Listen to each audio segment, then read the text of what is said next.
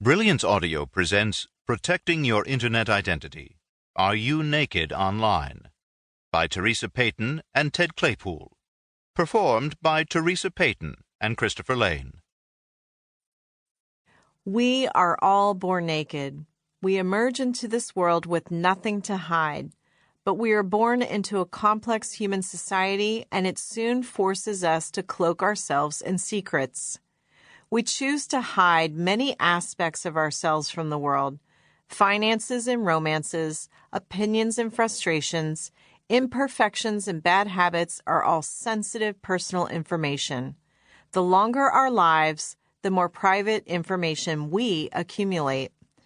Today, the internet threatens to strip us bare by broadcasting many of our most sensitive and important secrets and keeping that information available and searchable indefinitely. The internet displays aspects of our lives that we thought we'd kept private. Even worse, the internet allows other people to collect facts about us and to aggregate those facts into a picture of our lives.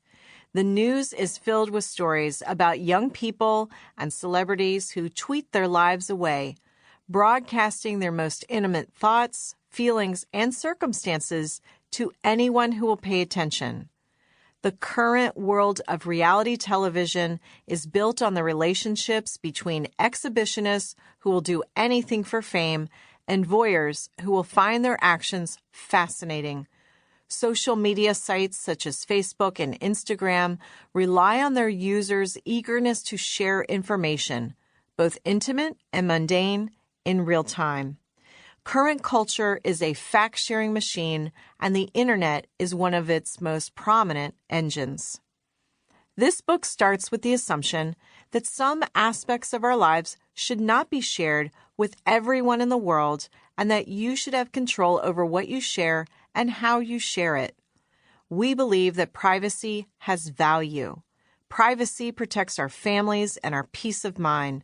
Privacy is a strategy for shielding resources from thieves and our children from predators. It is a prudent business tactic for negotiations, and it is an important social tool when meeting new people. In this chapter, we look at how your personal information has become a commodity and just who is exposing you online. Putting the persona in perspective. Elia Kazan, the great American film director and co-founder of the Actors Studio, said, "I am many men, but none of them is me." The various aspects of a personality can add up to a whole person, but no single aspect accurately portrays a person's life. The internet persona is, in many ways, a separate self. This public self may reflect a portion of the private self, but the private self is always much more than the online persona reveals. The internet persona is a shadow of celebrity. You can learn more about your neighbors or some of your children's teachers than the most avid tabloid readers could have discovered about their favorite celebrities 30 years ago. When a private citizen tweets about her breakfasts on Twitter, shows her travel photos on Instagram or Tumblr, discusses her favorite team in public sports comments, and explains her business on LinkedIn and her company website, you could spend all day just following her movements. An internet persona can be celebrated or excoriated, but it is most often ignored until a need arises to know more.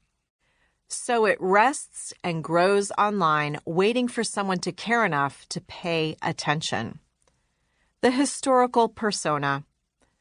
Most of our parents and grandparents did not make distinctions between their public and private personas because they were known by their neighbors, family, and friends, and no one else. Without the self-publishing tool of the internet, private individuals remained private to the world and left only a trail of official notices in their wakes.